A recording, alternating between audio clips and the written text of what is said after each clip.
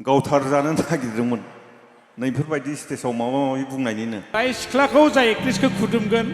मालाय आगोलावनो प्लास्टिकखौ ओरै सोंनो थाखायो प्लास्टिक हा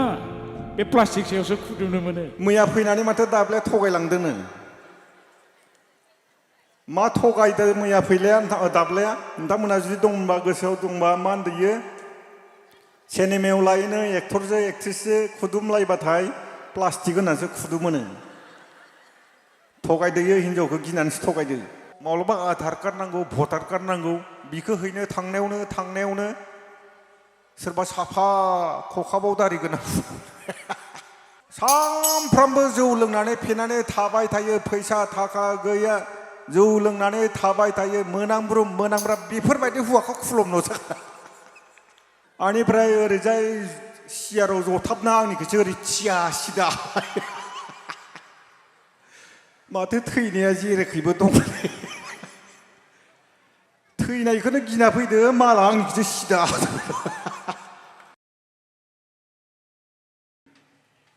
हारिमु देंखो मोनाबिलिखौ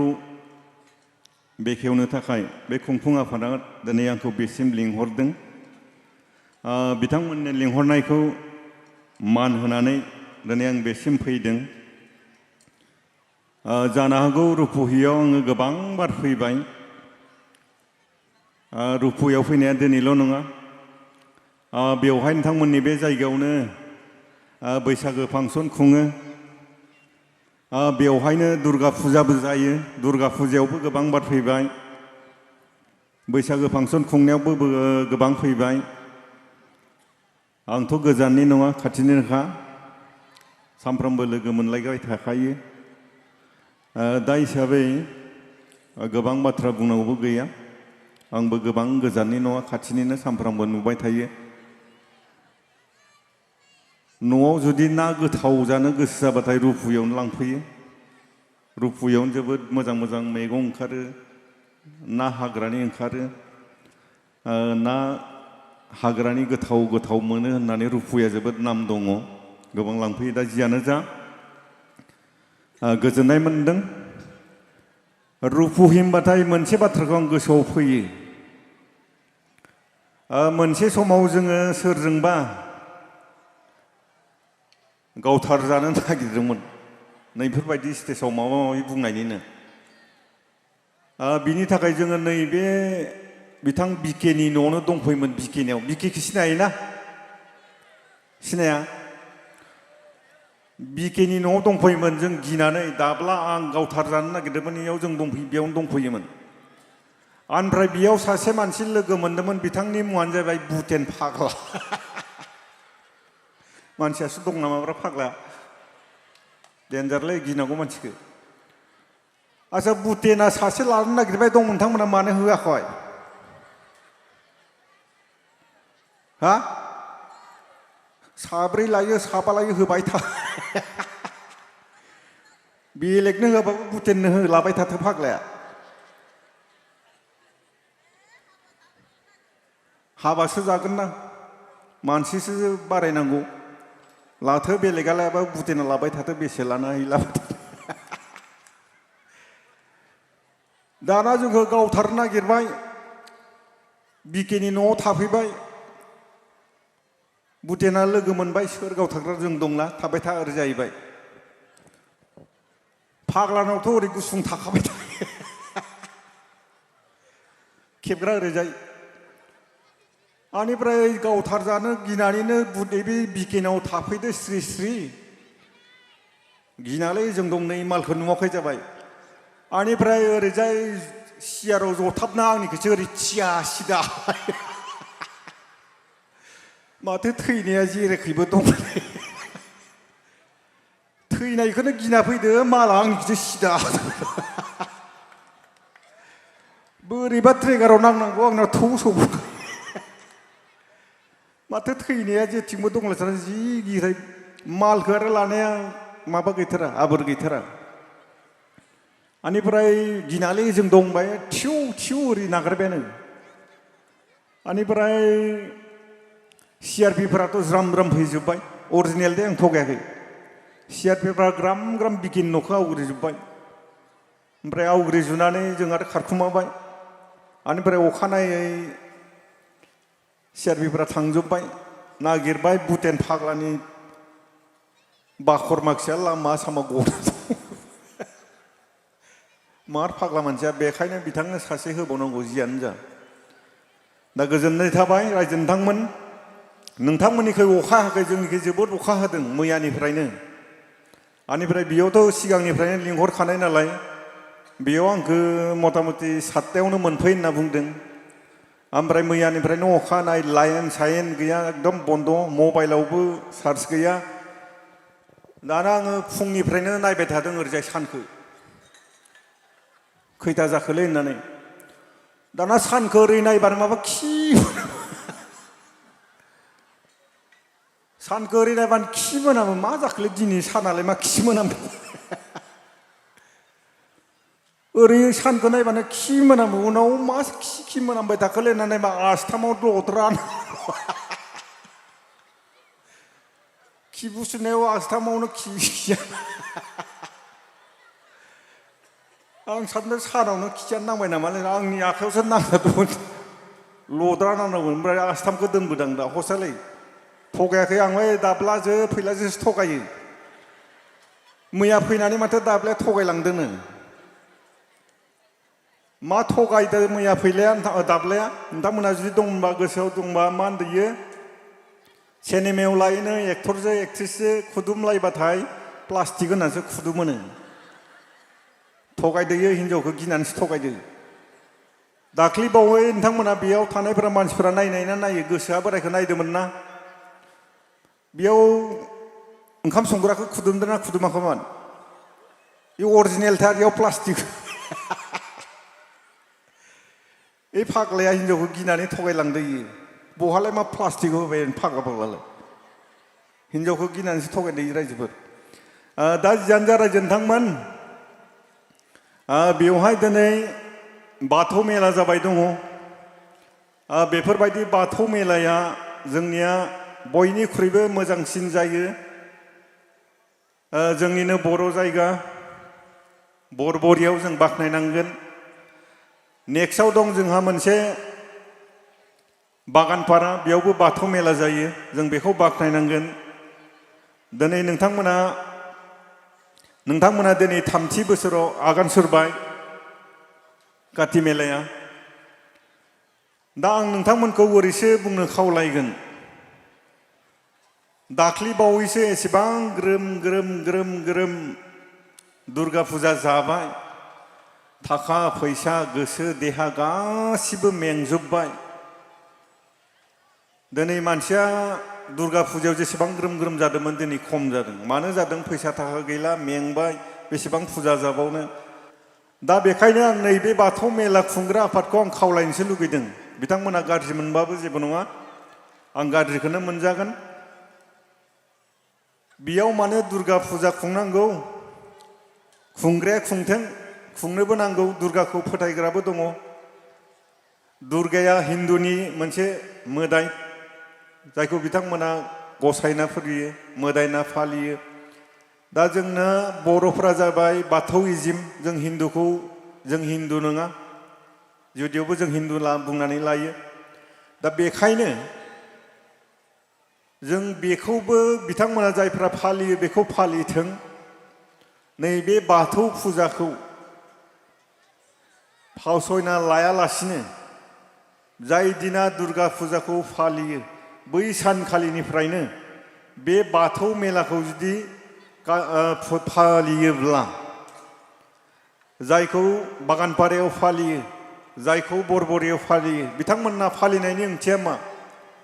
मोनसे समाव बे बरबरि एरिया बागानपारायाव मा गैयामोन बर'नि फुजा गैयामोन बे दुर्गा फुजायानो जोबोद गिदिर ग्राम जायोमोन बागानपारायावबो जोबोद गिदिर बे दुर्गा फुजायानो जायोमोन दाना नायबाय बर'नि एरिया ग्राम गासिबो बर' दखानिफोरा गुबुन हारिनि मेथाइ दखानियाबो स्टेसनारि दखानियाबो खेला दिन्थिग्रायाबो गासिबो गुबुननि फैसाखौ आरो बर'फोरासो हरबाय थायो ज्राव दा बेखौ साननानै बरबरि एरियानि मानसिफोरा बागानपारानि एरियानि मानसिफोरा मा खालामबाय जोंबो माबा मोनसे खालामनांसिगोन जोंनि हारिमुखौ जों दिन्थिनांगोन जोंनि धोरोमखौ जों दिन्थिनांगोन होननानै बिथांमोना मा खालामबाय बागानपारायाव बरबरियाव बाथौ फुजाखौनो बे दुर्गा फुजाजों लाफाबाय जायनि जाहोनाव दिनै बिथांमोना बाथौ फुजाखौ ओरैबायदि मोजाङै फालियो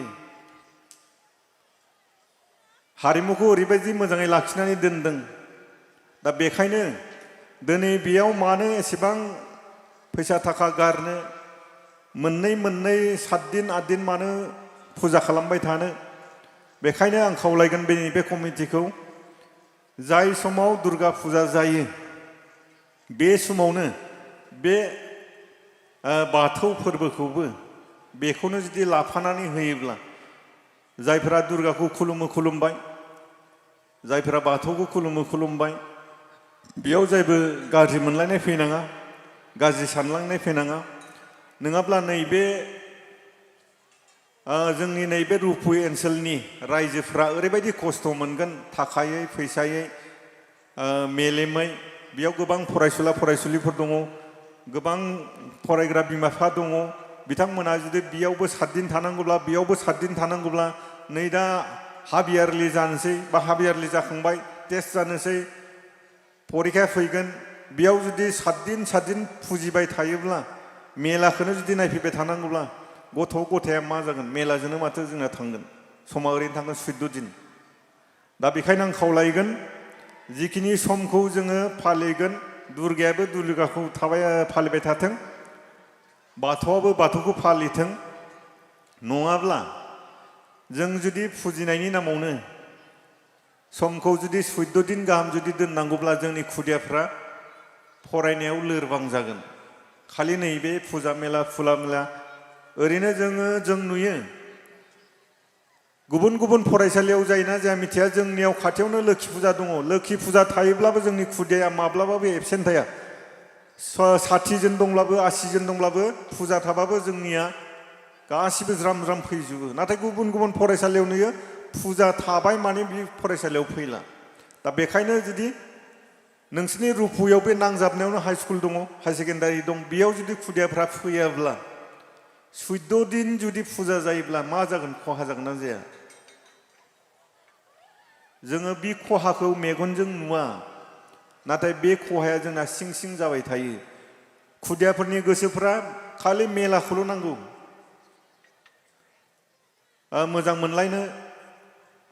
गोसो थोलायनाय गावनि सेंग्राखौ गावनि सिख्लाखौ लोगो मोनलायनो खाबु नांगौ दा बेखायनो आं खावलायगोन रायजो नोंथांमोन जाय बिथांमोना बे मेलाखौ फालिदों बे मेलाखौ दुर्गा फुजाजोंनो लाफानांगौ जों रावबो फुजाखौ गाज्रि मोना दुर्गाखौबो मोजां मोनग्रा दङ दुर्गानिफ्रायबो जोङो बोर मोनदों माबा मोनसे बाथौनिफ्रायबो बाथौ माबा मोनसे बोर मोनदों बेखायनो आं खावलायगोन फैगौ बोसोरनिफ्राय बे फुजाया खनसेयावनो जानांगौ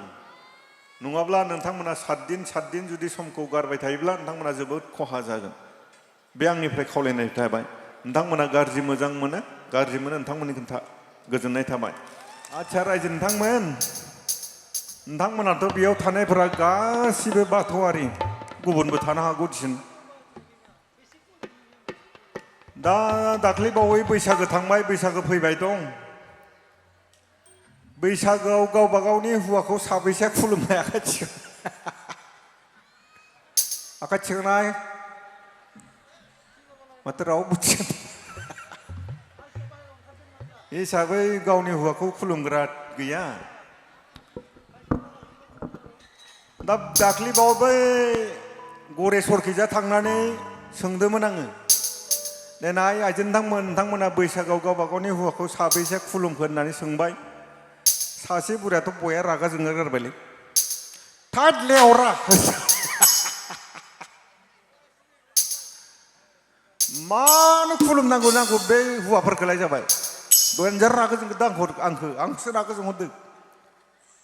सानफ्रामबो जौ लोंनानै फेनानै थाबाय थायो फैसा थाखा गैया जौ लोंनानै थाबाय थायो मोनांब्रा बेफोरबायदि हौवाखौ खुलुमनोसो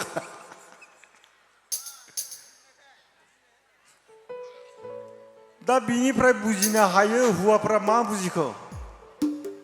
हौवाफ्राबो एसे बुजिनांगोन नों सामफ्रामबो जौ लोंनानै थाबाय थायोब्ला थाखा फैसा आरजियाब्ला सामफ्रामबो जुदि जौ लोंनानै थाबाय थायोब्ला सोर फाग्ला हिनजावालाय नोंखौलाय खुलुमनो खुलुमजानोबो एसे हौवाफ्रा मोजां जानांगोन ना जानाङा हिनजावफोरखौल' खुलुमजानो लुगैबा माबोरै जानो दा जियानो जा रायजो नोंथांमोन आं बेखायनो खावलायगोन बेयाव थानाय आइजोफोरखौ खावलायगोन दिनै जोंनि गेजेराव गोबां आइजोफोराल' नङा हौवाफोराबो आइजोखौल' बुंबा थानाय जानाय नङा आइजोआबो जादों हौवाफ्राबो जादों दा दिनै जों नुदों गासै बेसादखौनो हिनजावफोरनो होजोब्बाय माइरं रेशन कार्डबाबो हिनजावफोरनो होबाय मामोनलाय आरो न' मोननांगौब्लाबो हिनजावफोरानो मोनो अरुनदय मोननांगौबाबो हिनजावफोरानो मोनो साइकेल मोननांगौबाबो हिनजावफोरानो मोनो गासिखौबो हिनजावफोरानो मोनो दा मोननायनि उनावनो हिनजावफोरा खर' गिदिर जाजोब्बाय बेनिफ्राय बै अफिसाव थांनाय समाव माब्लाबा आधार कार्ड नांगौ भटार कार्ड नांगौ बिखौ हैनो थांनायावनो सोरबा साफा खखाबाव दारि गोनां हिनजावफ्रा बांसिन खखाबाव दारि गोनां थाबाथाय मानो एसे मोजां मोनो खखाबाव दारि गोनां थाबाथाय मोजां मोनग्रा हिनजावफोरा साबेसे दं खाथियाव दा थिखांनाय नङा आरो लाजिगोन ना मानो एसेबां मोजां मोनथाय खखाबाव दा आंनाव गैया दिसुन दाना खखाबाव दारि गोनां लोगो मोनबाय फैसा गोनां लोगो मोनबाय गावनि हौवाखौ मोनामब्रुफोराव दाना गावनि हौवाखौ गारनानै बेलेगजों लाइन मारिग्रा जाबाय दा बेखायनो बेयावबो एसे लस जादों साफ्रोमबो बुङाखै रुपुयाव एसे खम खोमा गैथारा खोमा ना दङना जानो होनाङा खमावनो एसे बुद्रुखा हौवाफोरखौबो बुद्रुखाय बुथेन मोनखो माव दंलै मानसिया बुथेना बुथेनल' होदाय बेलेगनो होआबाबो लाथोयो लायोबा ओमफ्राय जा सासे दंमोन बै खराइबारिनि सासे दंमोनलै जा एक्टर केसर फैदोंना मानसिया डेन्जार एक्टरबो नोंथांमोनाथ' मिथियाखै एक्टरसोमोन इयो जोंनि बहुद सिगां एक्टर आरो लायोबा बिबो लाथो चेयारमेन जायोबा बिनो जाथो सासेल' दा जियानो जा रायजो नोंथांमोन फैनानै जोबोद गोजोननाय मोनदों समा गोबां जाबाय मेथाइ खनग्रा गोबां दंबावो आसा खालामगोन दिनै नोंथांमोना नैबे बाथौ फोरबोखौ जेरैबायदि ग्रोम ग्रोम खुंदों जों दिनै बर'नि धोरोम हिसाबै जों गावनि धोरोमखौ फुजिनो सोलोंनांसिगोन दिनै जोंनि आथिखालनि सेंग्रा सिख्लाफोरा गाननाय जोमनायखौथ' आं बुंला मन्दिराव हाबनो बाग्रा जाबाय जाय मानसिया खर' गंलायनो हाया बे मानसिया जेब्लाबो मालायनि बाथ्रा लानो बायो मालायनि बोसोन लानो बायो दा बेखायनो जोंनि फिसाफोरखौ गावनि गथ' गथायफोरखौ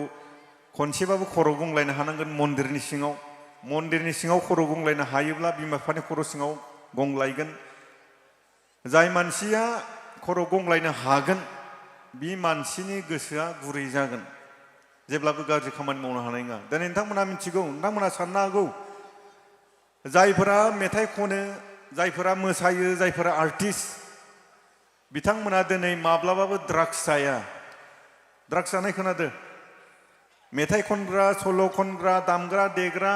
मोसाग्रा बिसोर माब्लाबाबो ड्राग्स जाया मानो जाया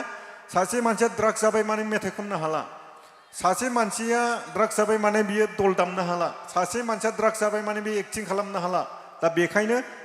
आर्टिस्टफोरा माब्लाबाबो ड्राग्स जाया नाथाय जायफोरा मोसानायावबो गैया मुसुरनायावबो गैया दामनाय देनायावबो गैया बिसोरसो दिनै ड्राग्स जायै मा दं फाग्ला जाबाय दङ सासेल' गथ' फाग्ला जाबाय दङ दा बेखायनो जोङो बिनिफ्रायबो होबथानो थाखाय जोङो गावनि खुदियाफोरखौ कालसाराव लाबोनांगौ दिनै बेयावनो मोनसे मा दङ मिउजिक स्कुल दङ मा नाम मिउजिक स्कुल नामा पुर्निमा मुङाव बेयाव मिउजिक स्कुल दङ बेयाव नोंथांमोना मा खालामनाय मेथाइ दामनाय मेथाइ खननाय मोसानाय मुसुरनाय बेयाव लाबोनानै गावबा गावनि खुदियाखौ बेयाव थानाय बिमा बिफाफ्रा साबैसे लाबोयो बेयाव आखाइ थिखांनाय गैया दाना जों बेयाव हरनो बायो मानो हरनो बायो सिनेमायाव थाङोबाथाय गाज्रि जायो सिनेमायाव थांबाथाय गोसोथोलायनाय जायो सिनेमायाव थांबाथाय गोसोथोलायनाय जायो आखल आखुफोरा गाज्रि जायो नाथाय नङा रायजो नोंथांमोन दाना नोंथांमोना नाय बुटेन मोना मास्टारानो नङा बिसोर कालसारानो नङा बुटेनाबो माथो सानै लायो आरो मास्टारफोर दङ साख्रियालाफोर दङ माहाजोन दं थिखादारफोर दं बिसोरबो माथो सानै लागायबाय थानो नागिरो नाथाय कालसारया बयजोंबो सिनायजानाय नालाय बिथांमोनखौ थाबनो मिथियो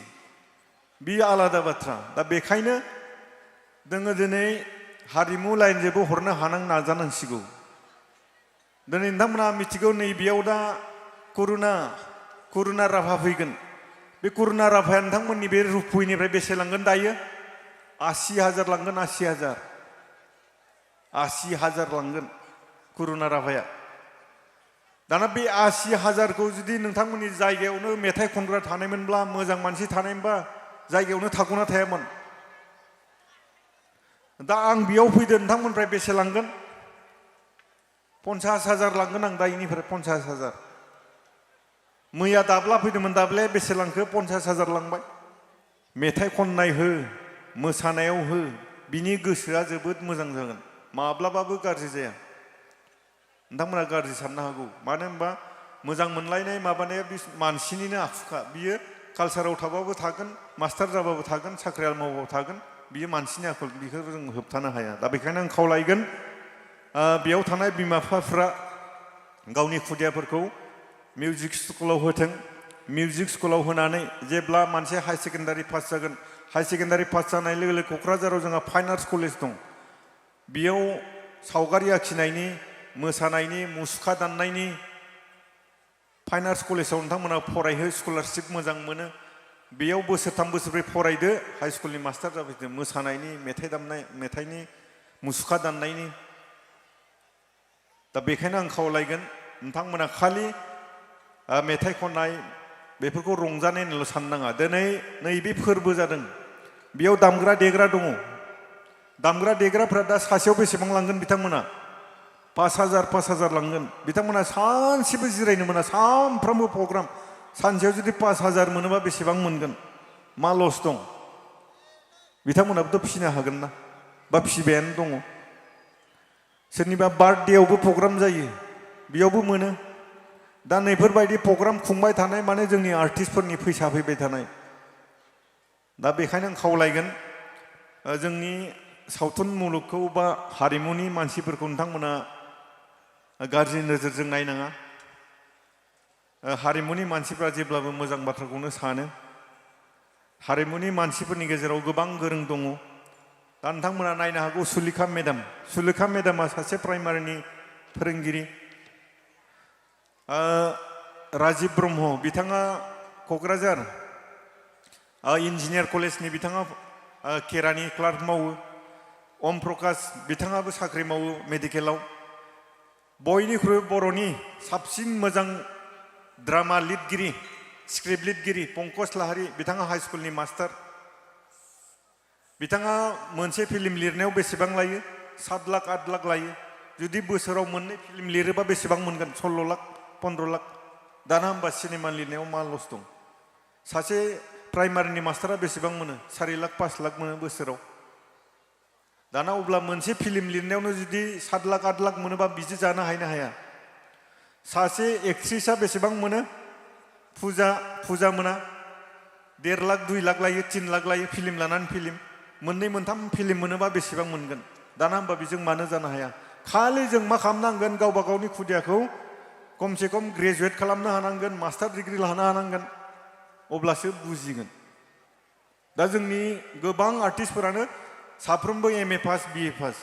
जेसेबां आर्टिस्ट दङ दा बेखायनो नोंथांमोनखौ खावलायगोन हारिमुनि मानसिफोरखौ नोंथांमोना हारिमुआव थाङोब्ला गाज्रि जायो बेखौ साननाङा हारिमुनि मानसिफोराबो मोजां दङ दा जियानो जाराय नोंथांमोन दिनै नोंथांमोना जोबोद खस्थ' खालामनानै जिरायबाय आंखौ बेसिम लाबोनानै नोंथांमोनजों नुज्लाय होनायनि थाखाय खाबु होनायनि थाखाय बे खुंफुं आफादनो साबायखर बावनाय जाहैबाय। ओमफ्राय मोनसे बाथ्राखौ जोबनायाव खावलायबावगोन, फैगौ बोसोराव आं फैबावगोन, नाथाय बे फैनाया दुर्गा फुजा आरो बे खनसेयावनो मोनसेयावनो ज' जानायखौ आं नुफैनांगोन। बेखौनो खावलायनानै आंनि नैबे दिनैनि हाबाफारिखौ फोजोबनायजों लोगोसे बेखेवनानै होबाय होननानै फोसावबाय। गोजोन्थों रायजो नोंथांमोन, गोजोननाय थाबाय। भिडिअखौ नायनायनि थाखाय साबायखर, गोजोन्थों।